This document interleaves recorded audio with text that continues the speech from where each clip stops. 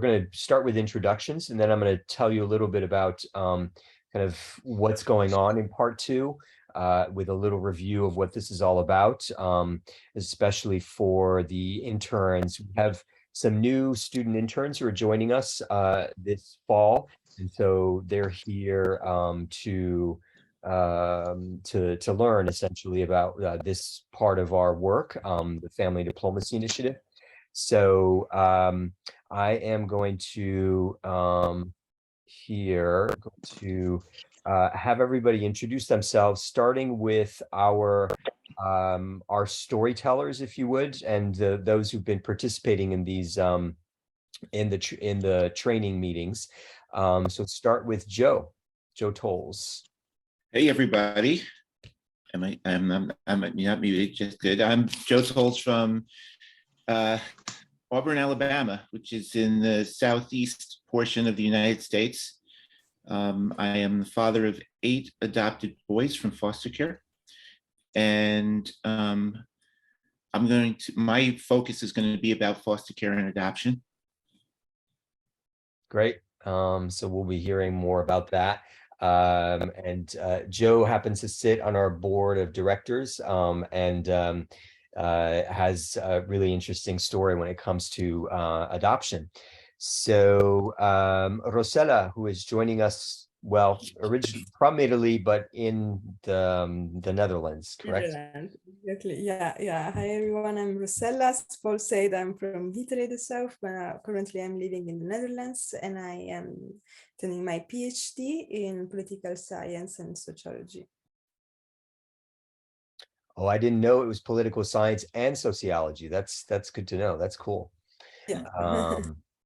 And so Esma, who's joining us from Georgia, the country, not the state of the United States. Yes, can you hear me? Can you see me? Yes. Hi everyone, so I'm Esma, and yes, I'm joining from Tbilisi, Georgia. And yeah, I don't know like what to tell right now, but it's past 8 p.m. in the evening here. That's good. All right, Aaron Akomea, who's joining us from Ghana. Yeah, so good evening. This is Aaron from Ghana, Accra Pacific, and I am a father of 1. Unfortunately, I'm joining alone because my family is spread apart. Great. Aaron, can you turn yourself towards the light? So just like if you turn to the light so that your face is facing out towards the window, then we'll be able to see you much better. Perfect. Is that okay? Much better. Perfect. Okay. All right. Belle, who is originally from North Macedonia, but joining us from the United States. I'm calling in from North Macedonia. I'm not originally from here.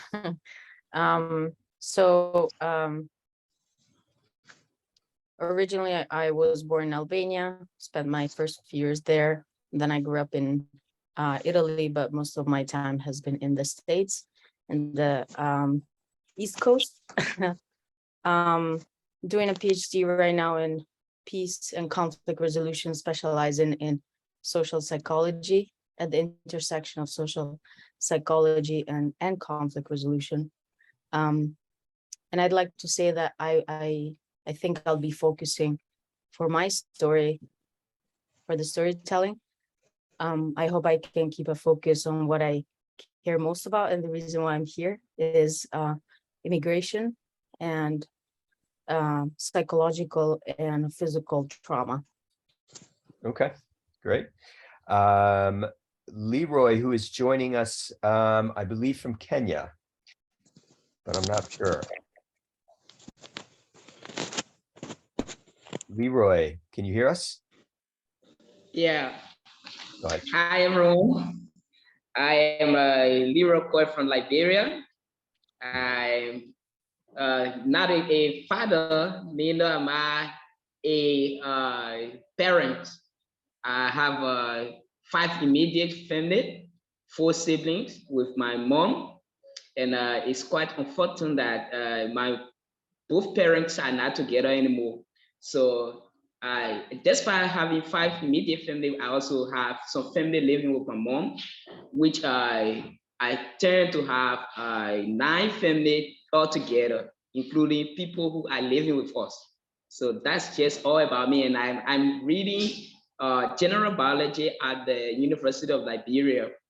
I thinking of trying to get my first degree. So that's just all about me. Gotcha. Great. Thanks, Leroy. And Liberia, I have to remember that. Likewise, joining us from Liberia, Mulba.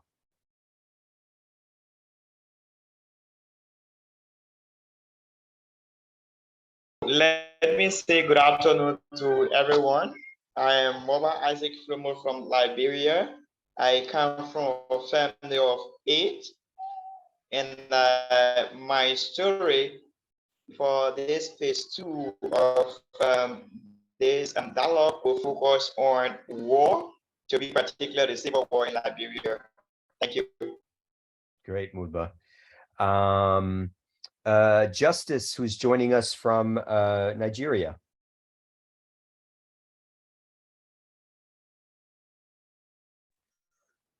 Okay. Hi, everyone. Can you hear me? Yes.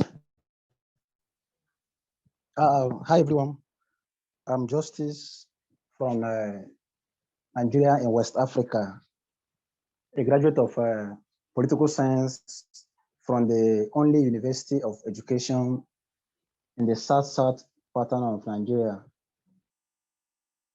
I'm currently undergoing a 1-year compulsory national scheme program, which we call National Youth Service Corps, serving around somewhere in southwest zone of Nigeria.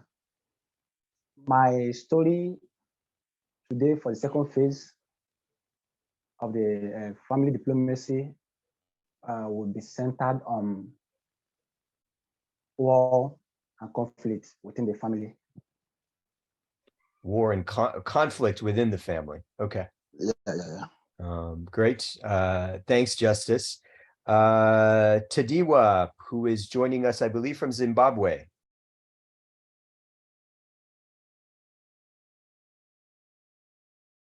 Tadiwa, can you hear us?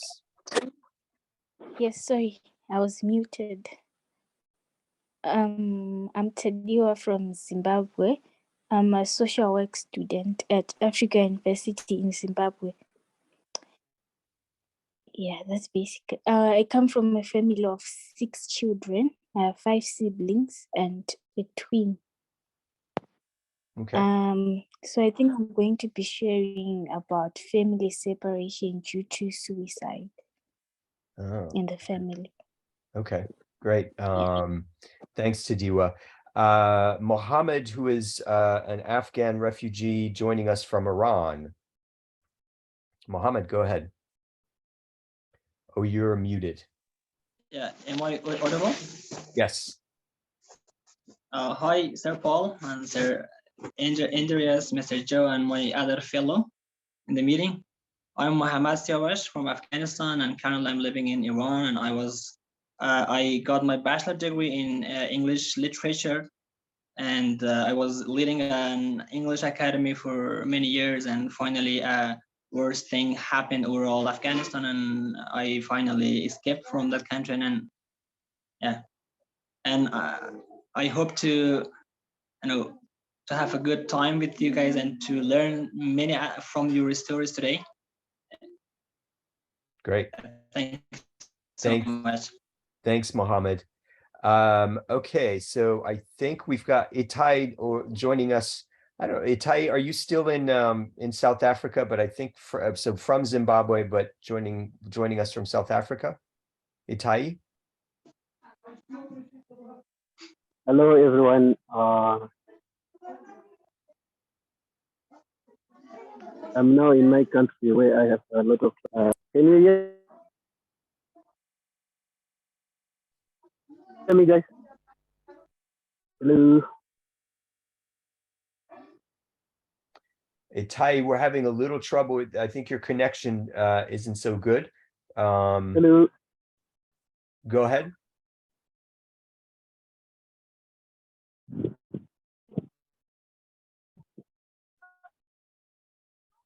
Okay. Itai, I think your connection is not so good, so we're gonna move on. But if you can just introduce yourself in the Zoom chat, write something in the Zoom chat, and then tell us a little bit about what you think you want to tell a story about, because you were one of the people that was selected to tell a story in this part 2. Cindy, I think in terms of other people, let me just run through the screen here. I think I've introduced everybody but Cindy, who I think is new. It's joining us. Cindy, go ahead and introduce yourself. What's your name, your city, your country, and anything else anything you want to tell us about your family.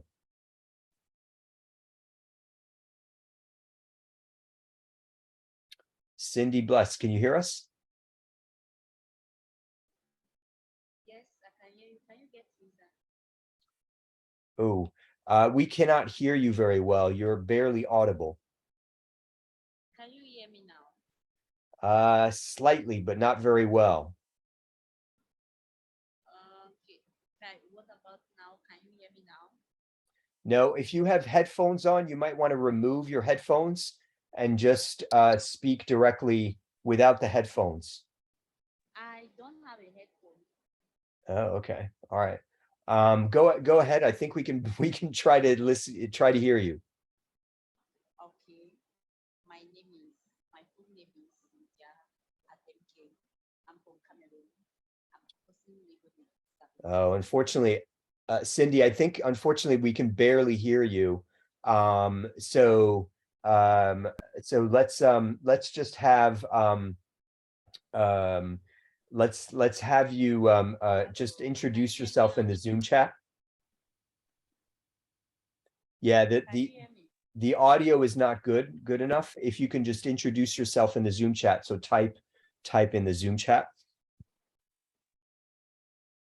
Okay, so I'm gonna have our interns introduce themselves. Yaz, if you want to introduce yourself first.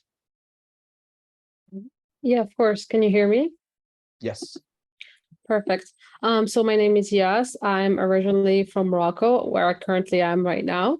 I study at Georgetown University for a foreign affairs degree and a major in international economics and government. Thank you. Great. Nina. Hi, my name is Nina.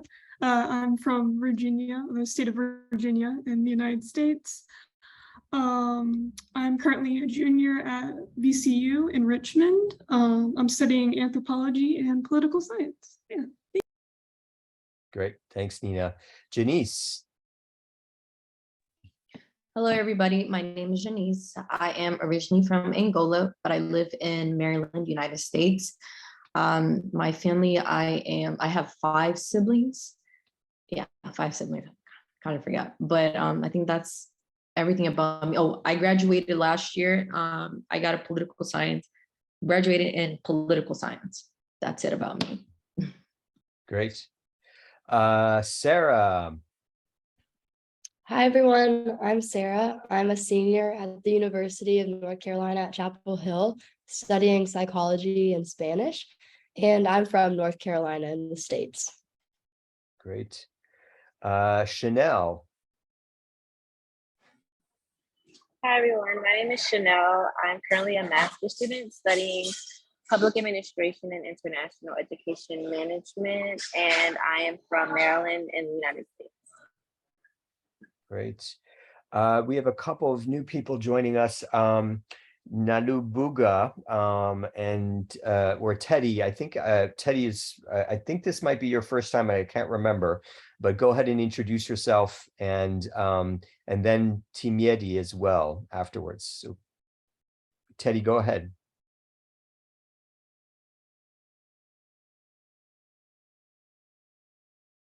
Teddy or Lydia, can you hear us?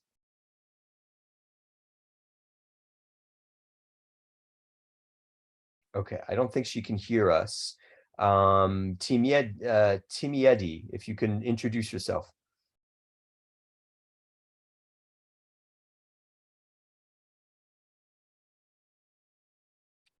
Nope. Timiedi can't hear us either. Cindy, go ahead and try again.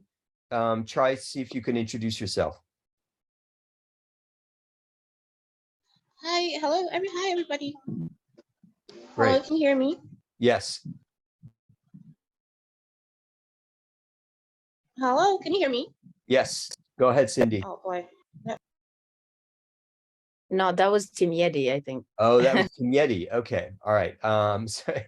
Timiedi, go ahead and introduce yourself.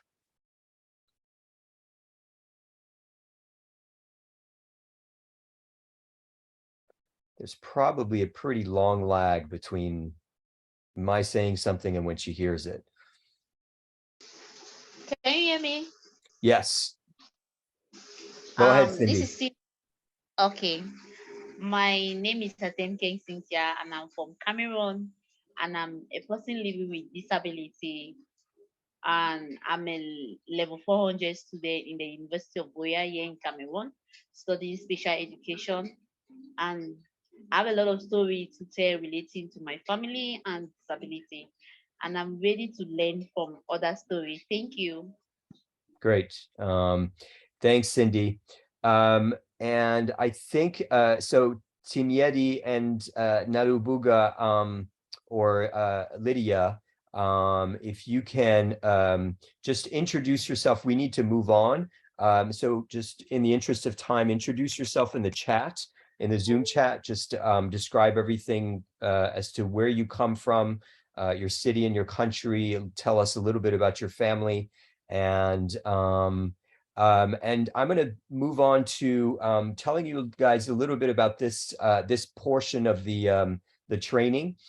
So I noticed that Mohammed asked in the Mohammed joined us a couple of meetings ago and asked if he can participate in part 2 in the storytelling. It really depends. So we basically have 15 spots, and I'll have to kind of consider because we can't have everybody who wants to tell a story. We just have limited numbers of spots for part 2. But given that you just joined us and you've been consistently participating, and also the fact that you come from Afghanistan and you're a refugee, I think those are kind of compelling reasons. But let me basically kind of consider this stuff.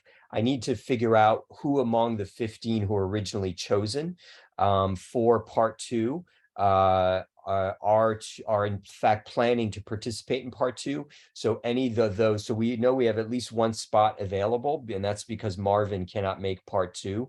So yeah, so I'll let you know this week, essentially within the next next 5 days or so.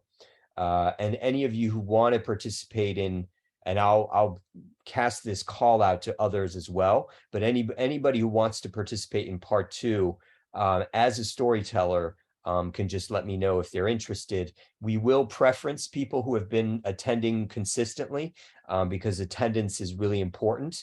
But that does not mean that if you are not selected as one of the storytellers that you cannot participate in part 2. In fact, so our interns are not storytellers. They're going to be participating in part 2 and giving feedback to the storytellers. So everybody can participate in part 2, but only a certain number of people can participate as storytellers because we simply don't have the time to kind of develop everybody's stories. Okay, so I hope that's clear. Okay, so I'm going to share my screen and show you guys a few slides.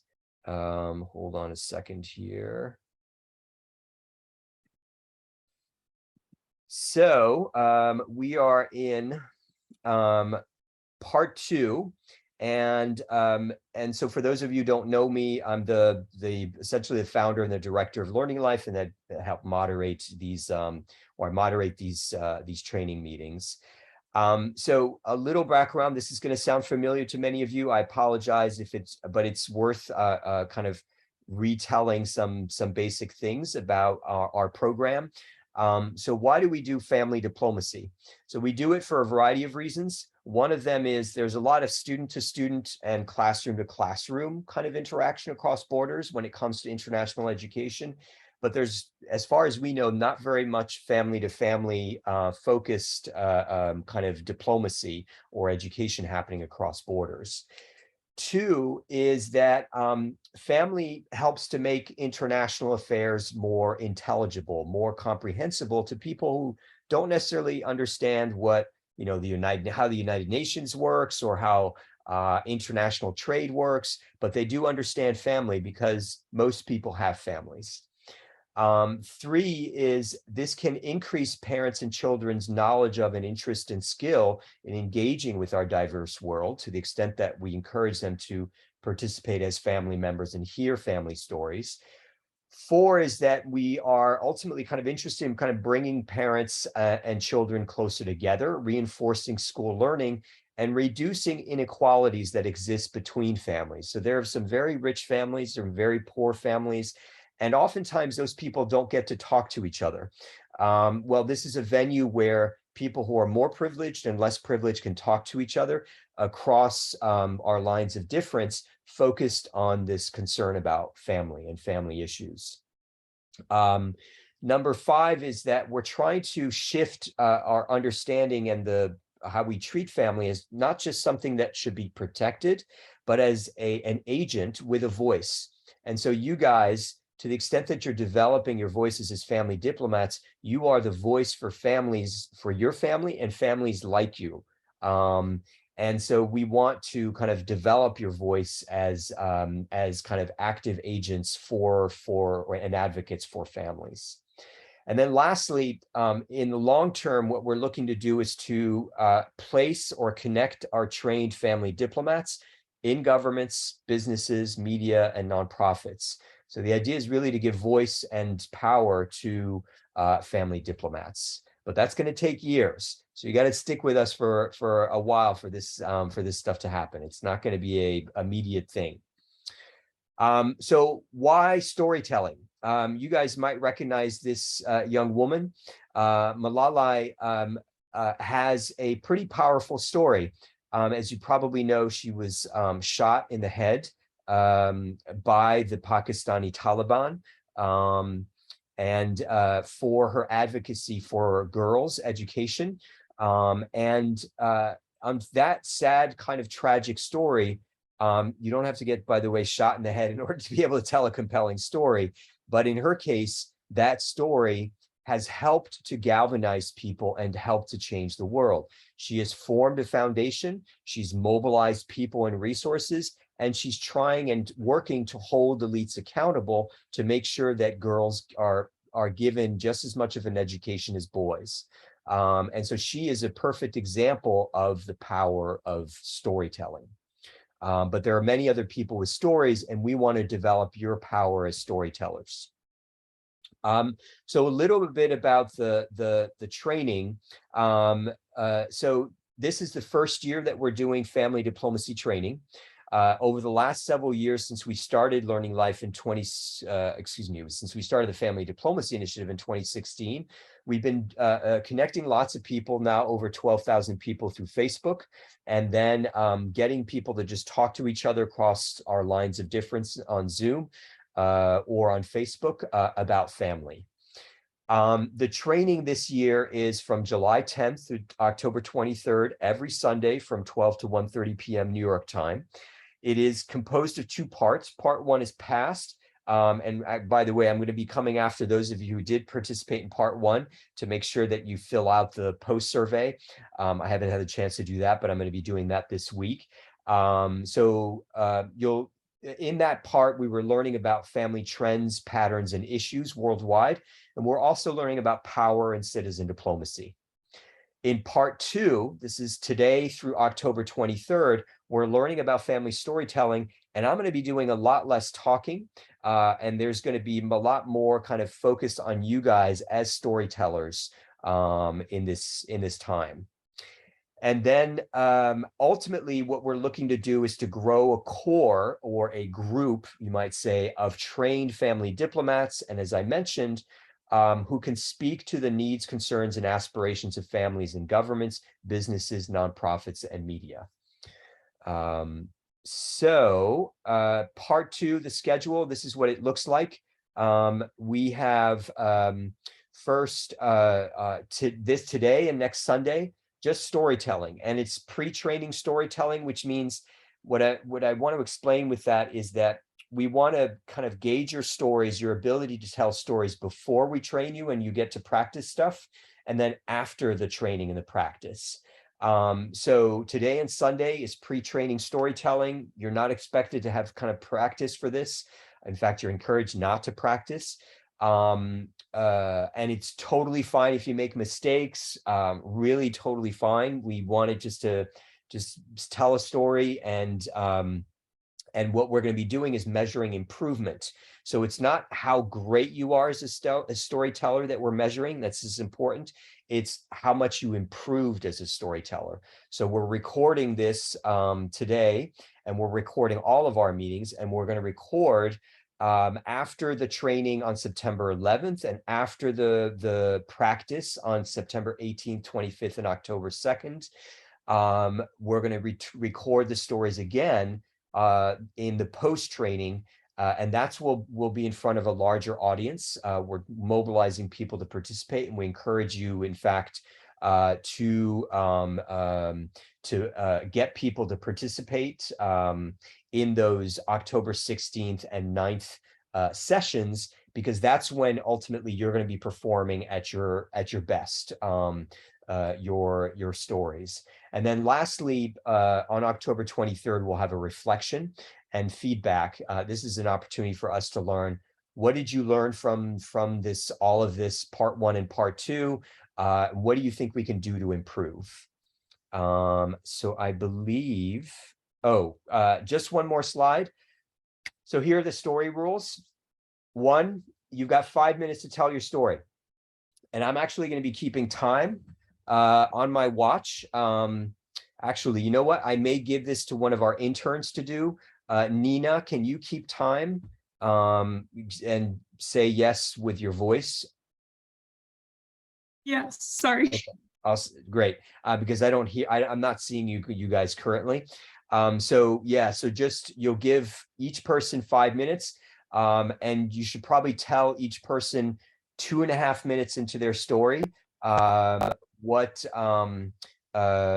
basically that they have 2.5 more minutes, and then yeah, you may want to give them 1 more minute, so 2.5 minutes and 1 minute time, so when they have just 1 more minute left, and that's pretty much it. So besides that 5-minute limit, your story's got to focus on family. It does not have to be about your family, although of course you can tell a story about your family, but it does have to be about a family that you know, whether they live in your community or you are friends or they live in another country. But the point is, you need to know that family personally, as friends or as cousins or whatever. And last is that you need to connect your story. The story needs to be about an issue that family is facing, that other families like it are facing. One of you mentioned, I think Tadiwa mentioned suicide. Joe Tolles mentioned adoption. It can be whatever you want to, and I think Mulba mentioned war. And civil war in particular, and the ways these things affect family. So by all means, you can tell about whatever. And by the way, the story does not have to be sad. You can kind of tell a story from sad to happy, or you can tell a story from happy to sad, or you can tell a story that's all sad, or you can tell a story that's happy, all happy. It doesn't matter. The key thing is it's got to connect to some sort of issue that other families are facing. Okay, I'm going to stop sharing and see if we have any questions before we actually get to your stories. Any questions? So Paul, I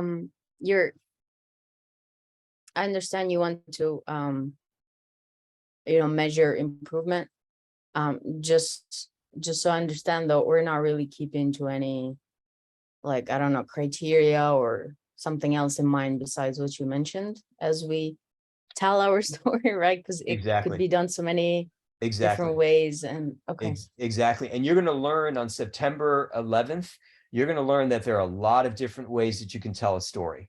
So right now we're just tell a story. Don't worry about if you stumble. It really does not matter, because again, what we're looking to do is measure improvement. It's not that you're a fantastic storyteller from the start. It's how much do you improve from this time to when we do it, the final performances on the 9th and the 16th of October. Any other questions?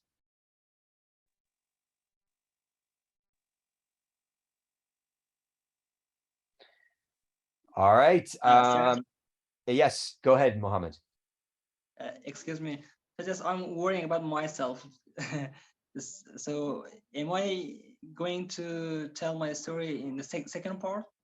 Yeah, so so today we're going to focus on those people who were we're going to focus on, let me just we're going to focus on Joe Toll's let me see here, Esma, Bell, let me see here, Mulba, Justice, and Aaron and Tadiwa. Those are the ones that are telling stories today. And we're going, by the way, in quick succession. We're going to go one story after another, 5 minutes each, nothing in between. And then we're going to have, if we have time, we're going to discuss at the end. So that's pretty much what we've got for today. And then next week, it will be a new group of people. Mohammed, if all goes well, you will be able to tell a story next week. I can't guarantee you anything. I have to figure out who wants to tell stories in this second period. But again, you are welcome to participate. All of you are welcome to participate in these part 2. It's just only certain numbers of people can participate as storytellers, because we just don't have that much time, nor resources, by the way. Does that make sense, Mohammed? Thank you, sir. I got it. Okay. Yeah, thank you, sir. I got Great. it. Leroy, do you have a question? Yes, I have a question, and I want to know if the story the person will be starting with, if is the same story that he or she will continue with till the final date in October. Yes, good question. No is the answer. You do not have to tell the same story now as you tell later, because you may change your mind. However, you do have to think, if you want to be with us long term, that you'll want to specialize in certain stories. So that doesn't mean necessarily that you have to stick to one issue, but it does mean that you have to stick to issues that are really impacting families that you're passionate about, right?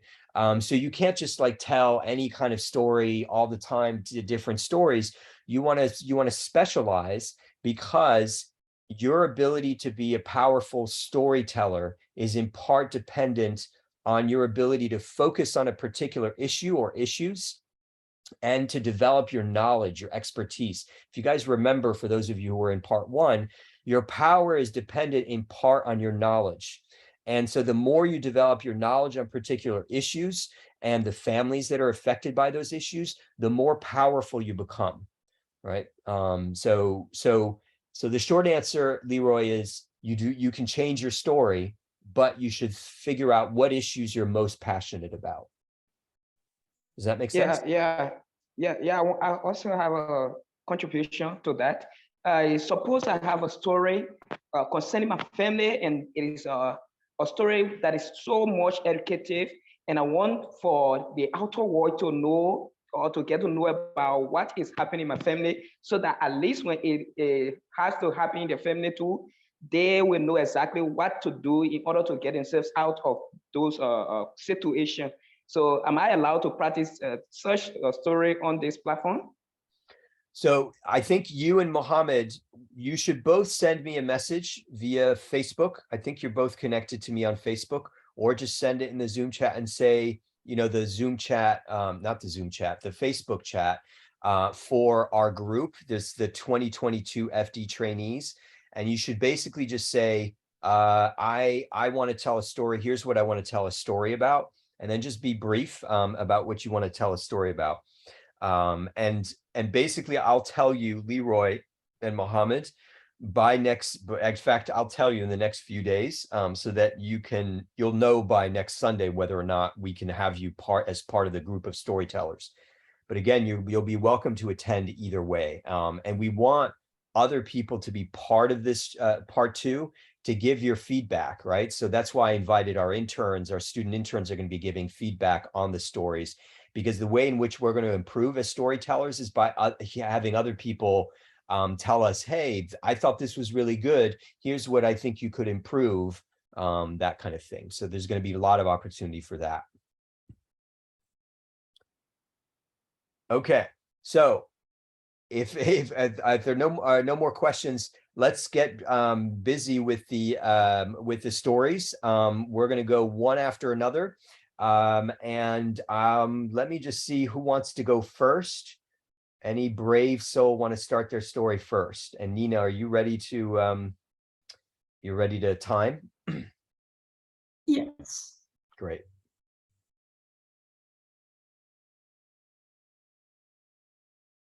Who's the brave soul who wants to go first? Or am I going to have to call on one of you?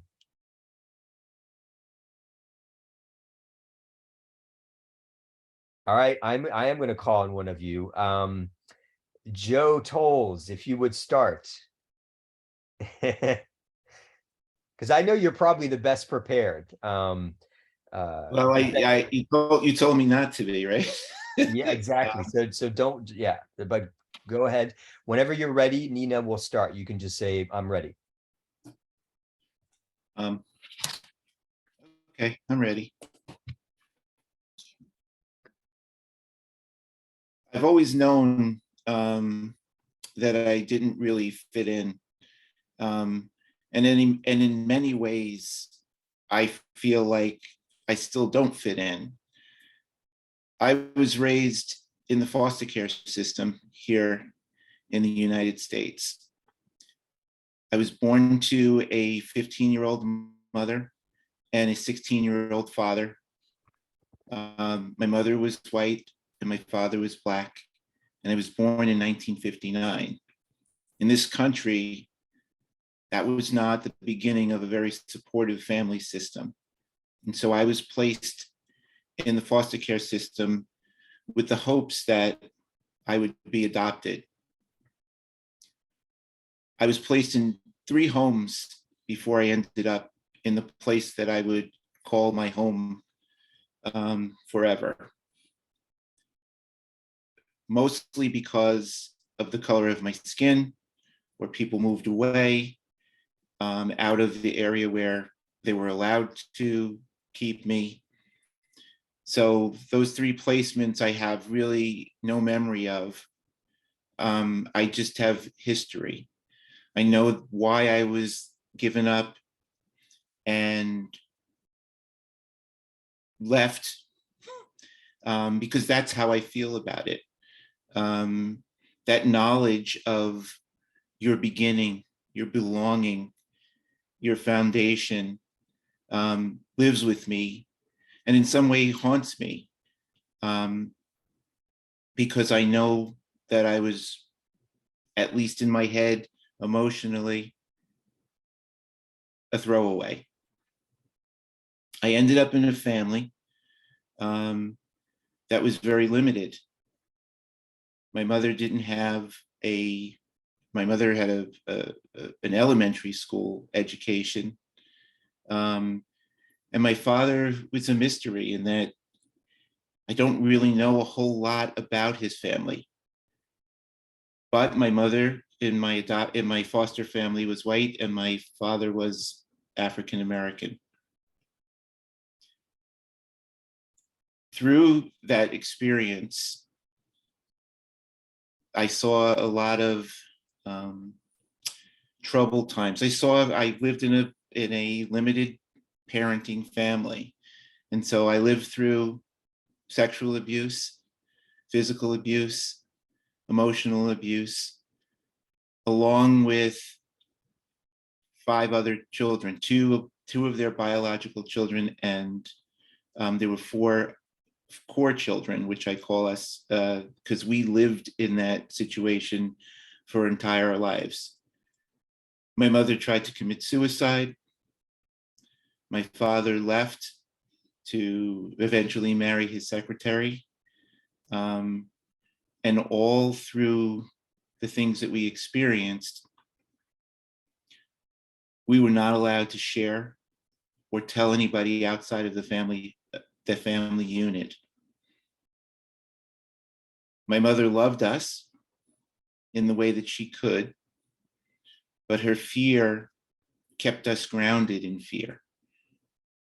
We weren't allowed to share because she was so afraid that if anybody found out the things that were going on in the home, that we would be taken away. If it were up to my mother, who now at this point was a single parent who had never worked and was just abandoned by her husband,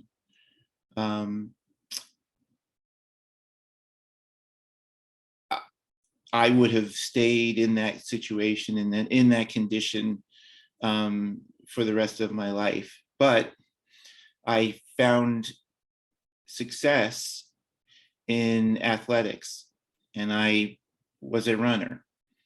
As shy as I was and as awkward as I was, and how little I felt fit in, I found a real escape in running.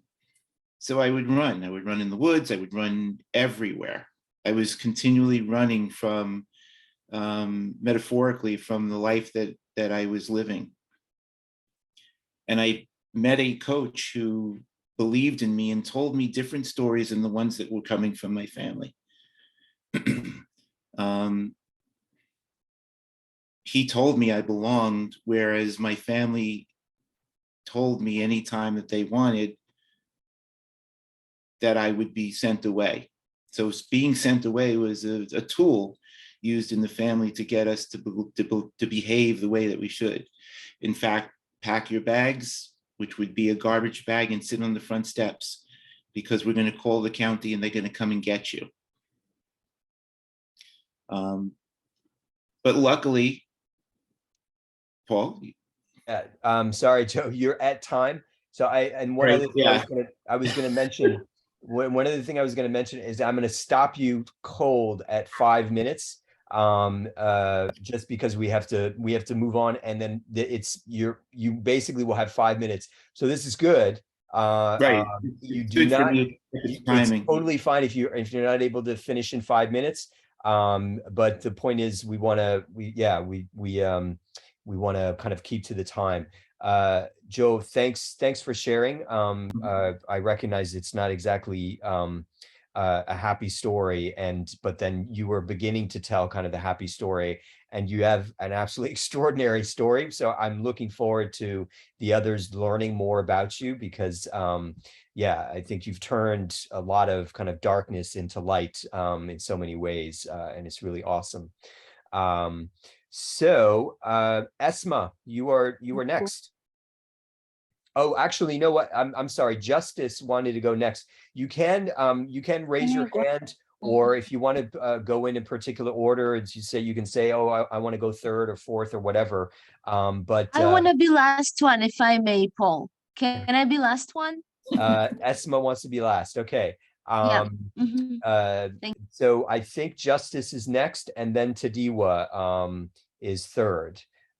Justice, go ahead. Justice, you'll want to keep your video off and just go ahead and talk. And whenever you're ready, Nina will start the time.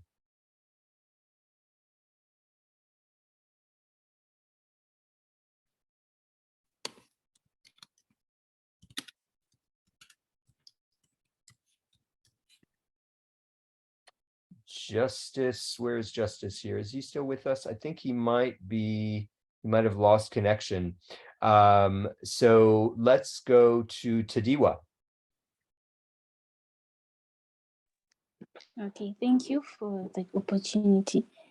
So I want to share the story of my family. We were born as 6 children in my family. Then one of my brothers committed suicide. So it's been 4 years now since he's gone. And because he was autistic. So in Africa, okay, this is kind of hard. People don't normally focus on the mental health side. So he really didn't get the attention. He was abandoned, and my parents didn't really pay attention to him. So I think he just felt alone, and he just decided to take his life away.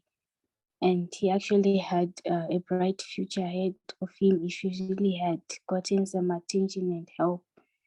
And it also kind of pushed me to want to study something related to the mental health. That's why I'm studying social work, because I want to help those kind of people that don't get that mental health support from their families.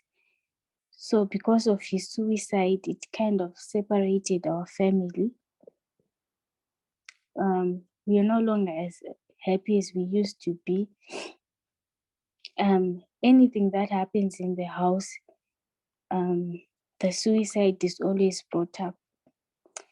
And it has also caused my parents to separate, but they still live together, but they just have separated. And it has also caused my dad to start drinking as well. And it's just complicated. Even though I moved out of the house, I'm staying on my own. It's just sad that I can't really say I have a happy family to go to when you go on vacation. So it's okay. The suicide, it is also showed us that we're not really united as a family. I just wished it had brought us together and we have grieved together as a family, but we didn't do that. Everyone was just on their own, and some of my siblings have moved abroad and we're not really in touch. I think I'm only in touch with one of my sisters, and it's just really hard. I don't even really know much about some of my sisters. I only see some pictures on Facebook, but we hardly talk. And it just makes me sad when I see other families happy together. And I often ask myself, why didn't I have that? But you just keep hoping for the best. That's how suicide has affected our family. Thank you. Wow. Tadiwa, thank you for sharing that.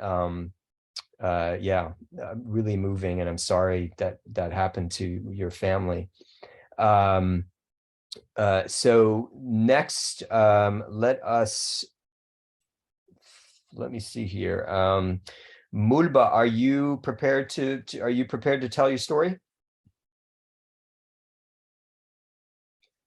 And by all means, share as you're going. It's great to see in the chat that many of you are kind of like sharing your sympathies or empathy for the stories being told, because sometimes they're quite moving and powerful. So by all means, do that, and I'll try not to cry in the process. So next, Mulba, are you ready?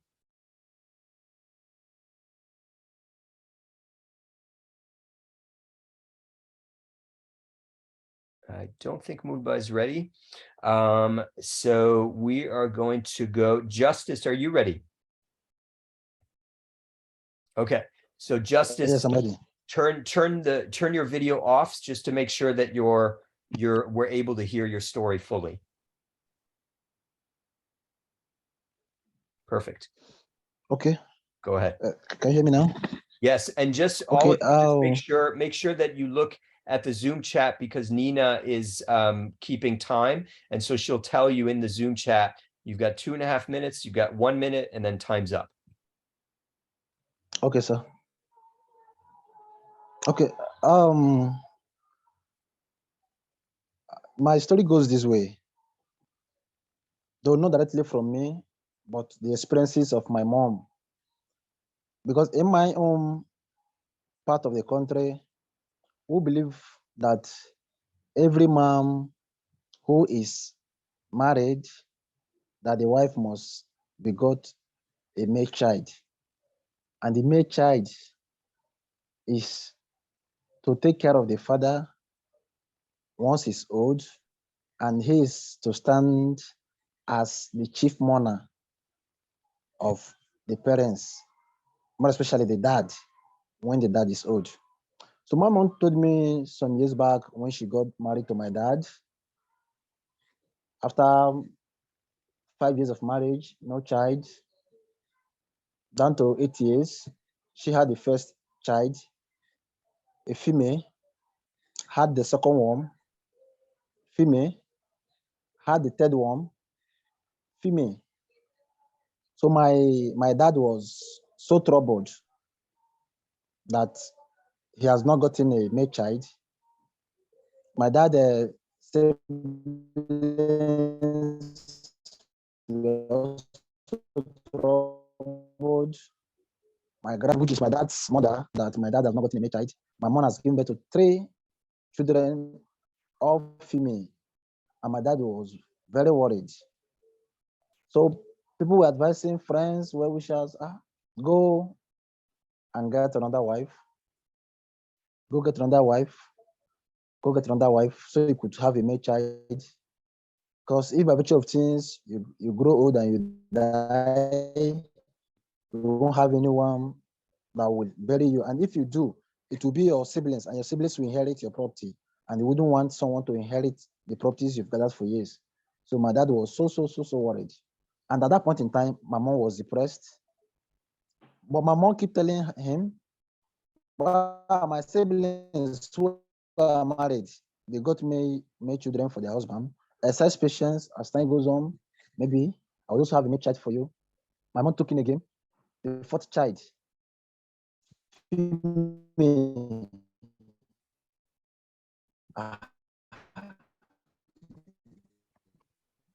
Everybody gave up on my mom, female. Because my people believe so. Then the man should go for a second wife, unless maybe it is a cause from the husband. Because this brings about inequality in the family.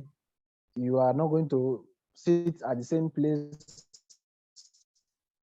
where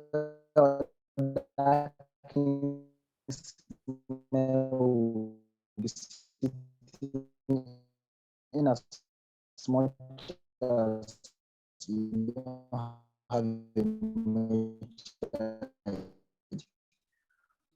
but if you don't have a child, you sit in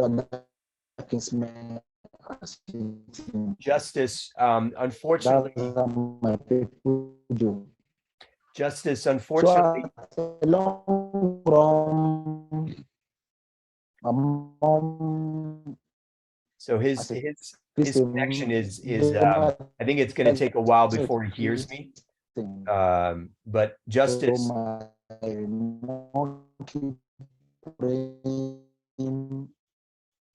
keep fasting, and seeking the face of God as the 5th child. Justice, after the death of 2 got me. Justice. So unfortunately we couldn't hear a large amount of what you said because your connection is not so good. So let's try and have you go next Sunday and hope for a better connection next Sunday. Mulba, are you ready to go?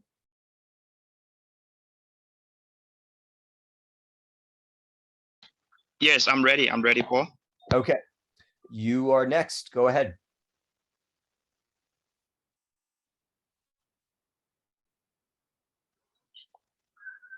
So let me say good afternoon to everyone. I am Moba Isaac Flumel from Liberia, and I'm glad to be with you guys here again. Another great opportunity. So with regards to what I want to share with you, my story will actually focus on the consequences of civil war, particularly to my family. So I'm unfortunate to have been born by traditional leaders. So in Liberia, traditional leaders, we call them Zos. So Zos and Dazos were the kind of people who I came from. They were not really Christians, they were not Muslims, but what you would call pagans. So that's the kind of family that I came from. And I was fortunate to have been the only child when my mother and father came together. I am the only child to have been born into that unique family, but my father had a lot of wives and he had many wives. So, but there's a story that was shared with me. I was not a part of it. I was not that big back then, but people shared this story with me. That my mother was fortunate to have had a kind of unidentified illness before the Civil War. And during that time, my brother, our eldest brother, was being killed. So, and in her presence, so that alone led her to doing a lot of things which a lot of people in Liberia would not want to do. But then it was fortunate that I was born during the Civil War in Liberia, and that I was 2 years old when my biological mother passed off. I didn't know about even father until when I started to go to school reading, and then that's when I got to know that I had a father. But then people told me that my father was a traditional leader. So, but with regards to the Civil War, I was unfortunate to have been born during the Civil War, and my parents have already passed off. And then I can say to people that I have grown all alone. I have grown up by myself. To have started school was something I had to go to live with people to be able to complete high school and everything, even up to the present. I was just sharing this with Leroy. Leroy from Liberia is one person who was with us at a camp he attended. I was already in the school, and then he went to visit us, and I said to him, that is the kind of background I've come from. And Leroy will tell you that I was attending our school, but to admit I dropped because my parents before the war had money, but after the war, I no longer had access to them. I don't even know their whereabouts. I was only informed that they passed off. Up to the present, I am in the street. I am living and sleeping in the church. I had to forcibly join the church just so to have people at least help me with greener pastures. And it is a kind of story across Liberia today. Most of those who were unfortunate to have been into this kind of condition, today we call them Zogos. Those Zogos are people in Liberia we consider them to be people not really important in society, people who don't have that kind of parental care. And in fact, no one is actually willing to identify with them. So I will stop here. I am a double orphan, and it is something that I was being affected from as a result of the civil war in Liberia. So next time I could come up with more pieces of information, but for the sake of time, I will stop here and say thank you for the time and the opportunity. Thank you, Paul and Pai.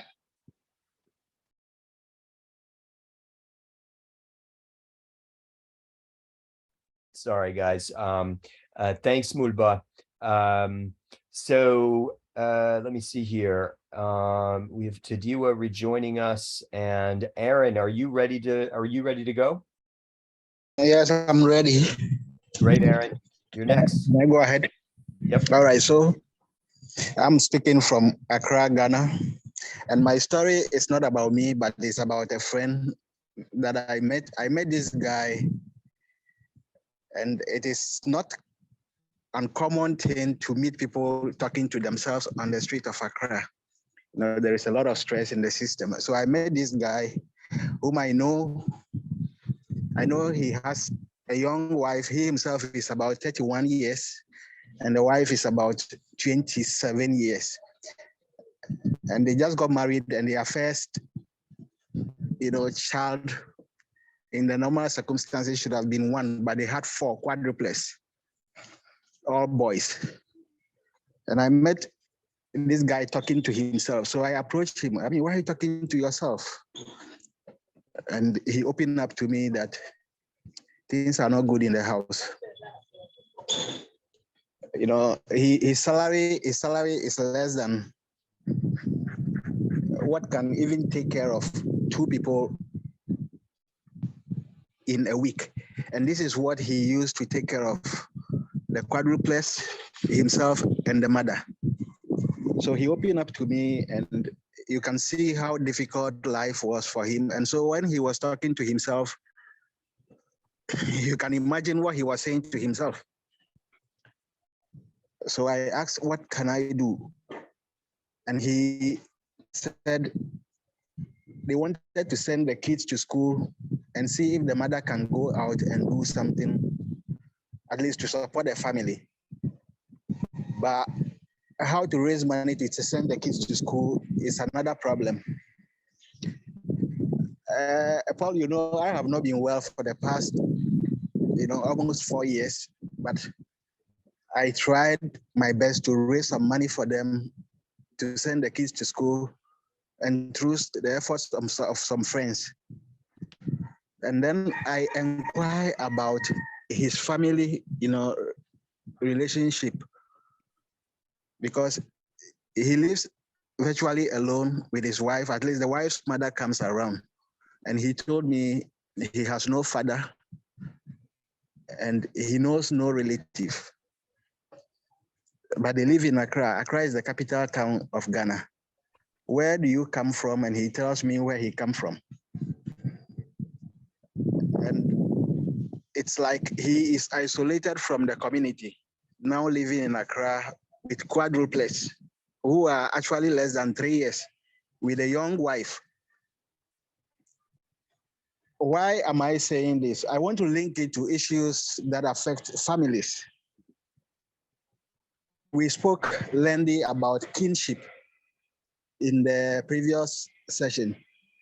If this guy was to be living in a community where he comes from, at least that extended family system would have supported them to raise these children. But they are living here in Accra, isolated, completely cut off from the family, and no support system. I went to social welfare.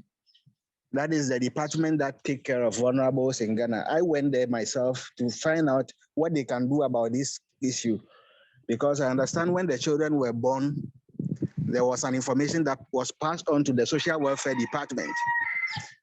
And the social welfare told me they are thinking about it, that they will find solution to it. It's about 3 years now. No solution has been found.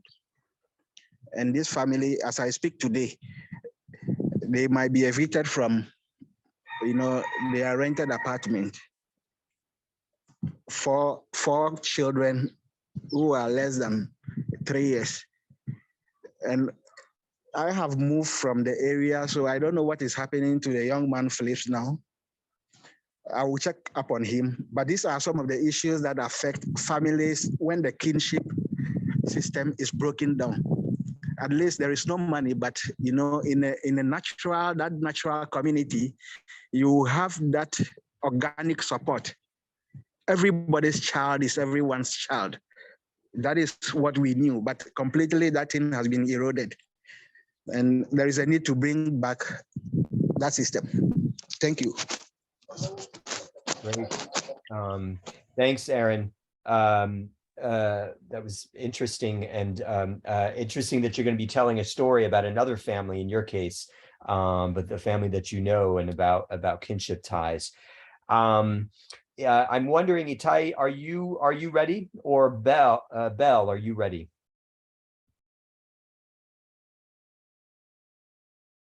I can go whenever you want. All right, Belle, let's have you go. I will say something though, not to excuse myself, just I have begun my final trimester and I'm having trouble breathing very often, so bear with me if I'm just catching some breath. trimester of your pregnancy. Yes, yes, sir. Ah, okay. Well, congratulations. And I hope everything goes well. And kudos to you for doing this while you're in your last trimester, I gather. Good luck. I'm sorry. I thought I mentioned that before. Yeah, thank you. You may have, and I might have forgotten, so I apologize. Oh, no worries. So for the timekeeper, I'm ready. Yes. So I had the chance to I didn't prepare, but just kind of like stages of my story. I hope that's okay. And so I want to go through those, and I will begin by saying that it all began by hiding. So in the very beginning, I think like Justice mentioned about being born a girl, what it means in certain cultures. I was not accepted by my biological father. In fact, I was told that I was thrown in a river just because he wanted a boy. I was part of a family that was persecuted by the Albanian government because my grandfather was a revolutionary who fought against the communist regime at the time. And many of my memories in Albania are all about being undercover as a boy. So if you see pictures of my childhood, I look like a boy. I still do sometimes today, but that's because it was just safer to be a boy in a culture of that kind. There was a lot of civil unrest, poverty, and just overall mentality. I was also a child to a mother who escaped a violent man, and a marriage that was arranged. And I just grew up those first few years. I was born premature, and I lived those first few years in poverty and hunger, and I was easily sick all the time. And then it kind of transforms into this learning and embodying fear as a child. And so that was within my family, really, but then mirrored in society all the time, especially when it came to gender roles, what a woman should do, what a man should do. Of course, I've been most affected by the female role, but also today I recognize how much pressure there's also in men, and I think they go together. There was a lot of physical and psychological abuse. And I, for me, that came because if you dared to ask questions, whether it came to the government, or within my family, really. And so I always saw that if I dared ask a question, it was just getting, beat up by my uncles, or, yelled at and things of the sort.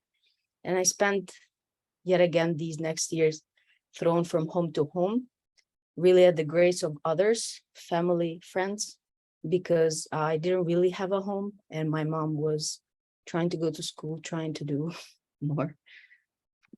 The next stage is we had to leave that. We wanted to leave. It was me and my mother. And the way that the leaving happened was a night I will never forget. Every day it feels like it's last night. It was just me and my mother. We were on a rubber boat going from Albania to the Italian coast. And I was just wondering what we were doing and where we were going with the armed men that were around us.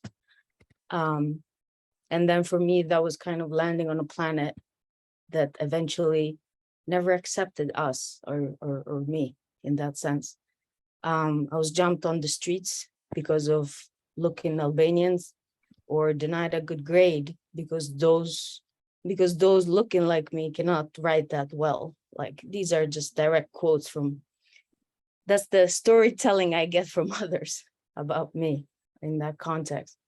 And then that developed into fighting back, struggling to find who I am, but never really accepting why all of that was happening. And so all that humiliation was kind of internalized, and I became enraged. I was angry, had very little patience in my teenage years. And I just did not accept that this is all, cannot be this way. And then, so I don't know, today I'm left with is now the time to rise? And by now, I don't mean today, but I mean perhaps the past 10 years or so. Is now the time to rise, or these new beginnings?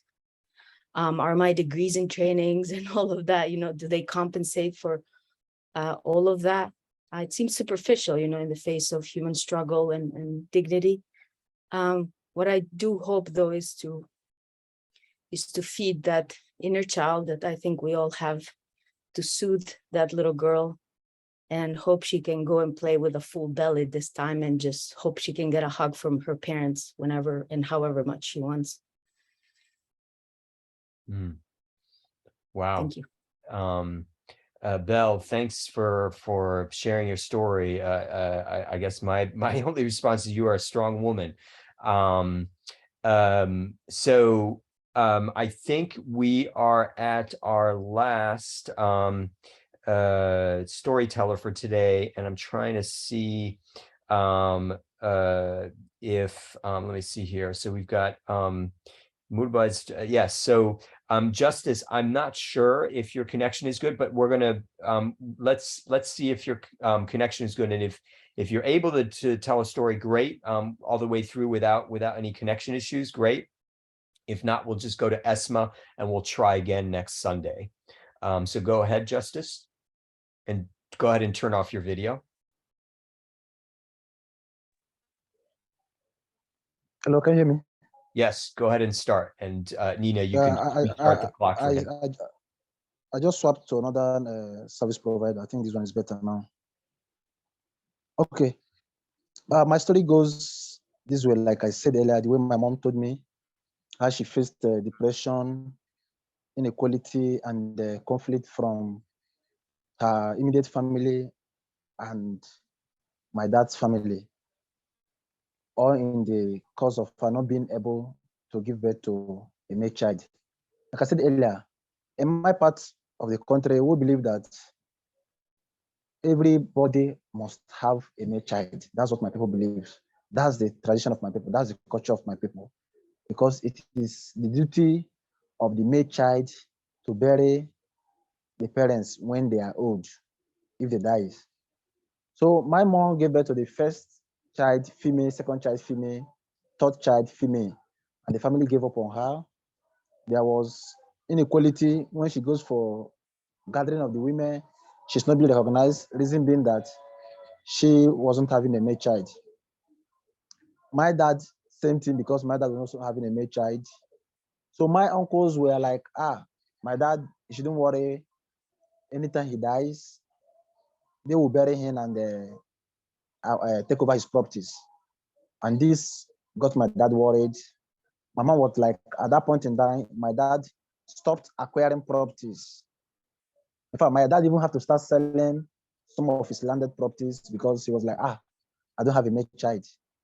My daughters will get married to other persons, and once they get married to other persons, they don't have right in their father's properties. That's how my people, that's the culture and tradition of my people.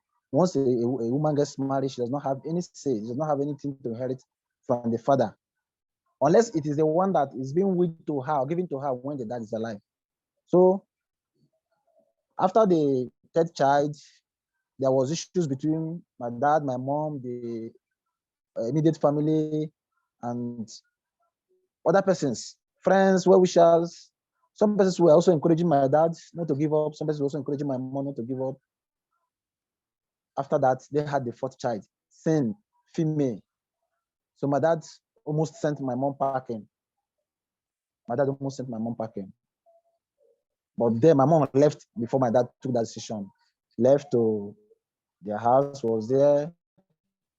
Even some persons from my mom's side was abusing her. I can't even give birth to a male child. Other of your co-wives in the family, they give birth to male child and all the rest. So my dad was still worried about it. So my dad had a thought of going for his home wife. According to my mom, it took time. He didn't, because he recalled how they started up, how they met in school, how they started up life, how they got married, they struggled and all the rest. So he came back from my mom. Mainly my mom came back 5 years later, my mom lost 2 of her kids out of the 4, remaining 2. After 2 years later, from the 5 years, she lost 2 kids, making it 7 years. My mom begot me, being the first female child. People are surprised. Why? How come? Is it really the person responsible? Is my dad really the person responsible for the pregnancy of my mom and all the rest? After 4 years later, my mom took him, gave birth to another child, making it 2 male child. So the conflict, the depression, the inequality that was in my family some years back was no longer there. My dad was recognized. In fact, immediately my dad begot 2 of us as a male child. He was given a chieftaincy title, which was deprived of him because he never had a male child. And my mom was also recognized among the female or the married women in the family. After that, my mom gave birth to another child again, making it 5. I have 4 siblings plus me, making it 5. And these were experiences she faced. So within the time these experiences came on board, she was, in fact, she almost gave up. According to her, that she almost committed suicide. She took that decision to commit suicide. Lo and behold, before my elder sister, the first child, was coming back from school and noticed my mom almost was about taking a poison because of her inability of not giving birth to a male child. There was depression. She was not recognized. There was inequality among the family. We are co-wives in the family. There was conflict between her family, my dad's family, and other persons in the family. I think that's the end of my story.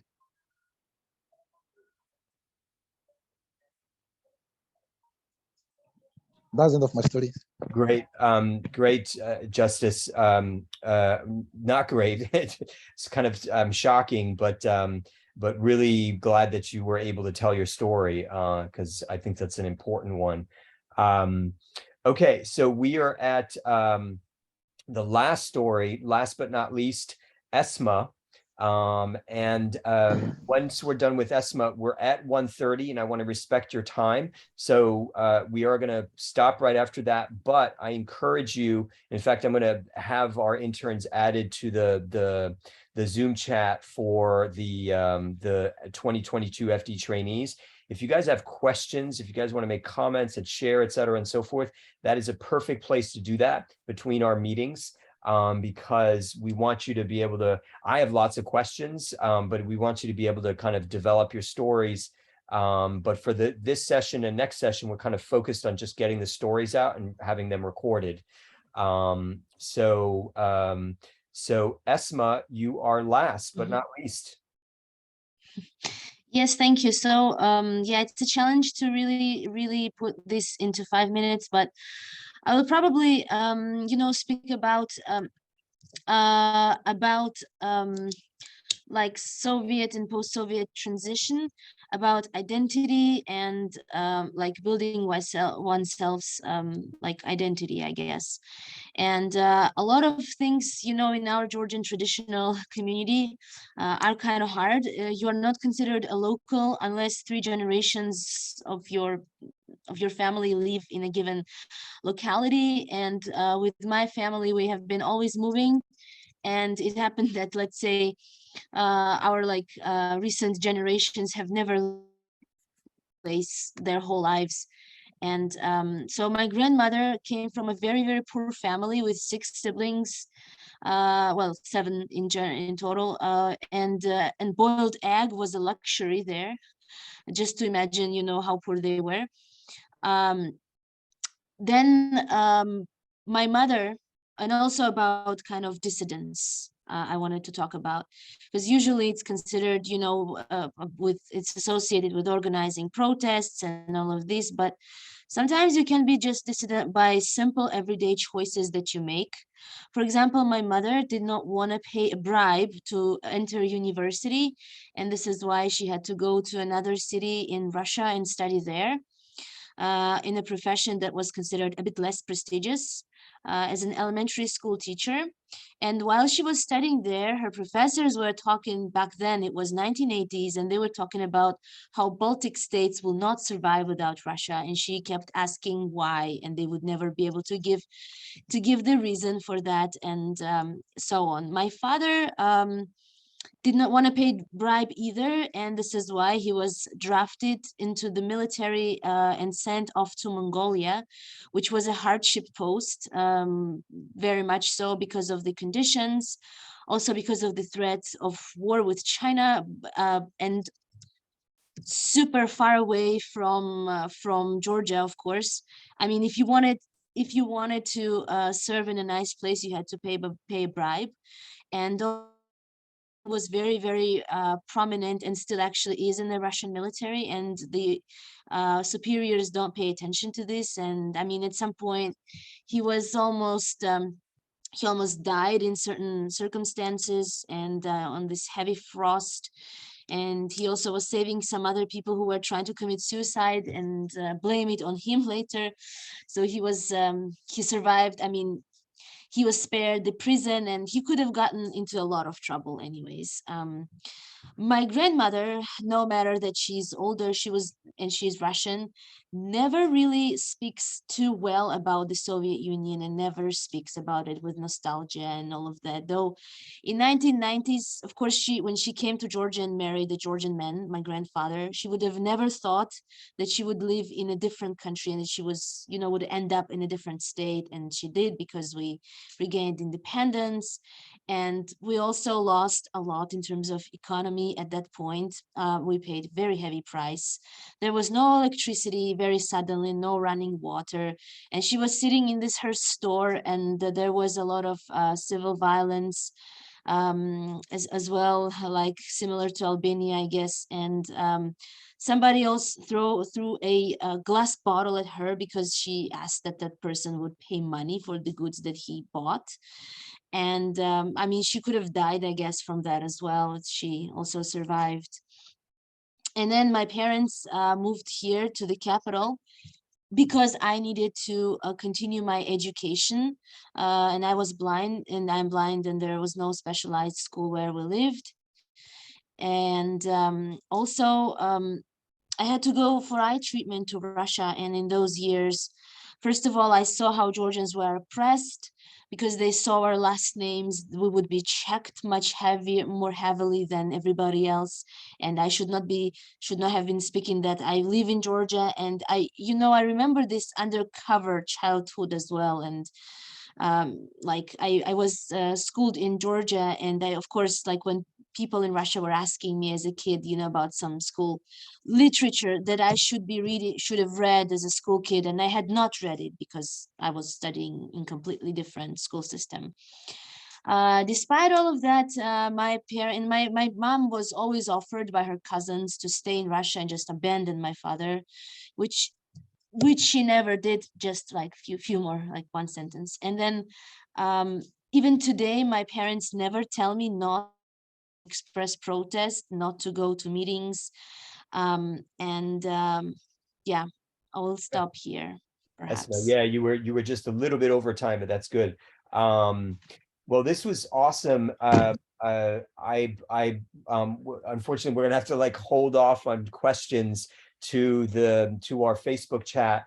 It was really interesting to hear 7 stories here from 7 different parts of the world, and to learn more about each of you. So we will be continuing this next Sunday with the remainder of our storytellers.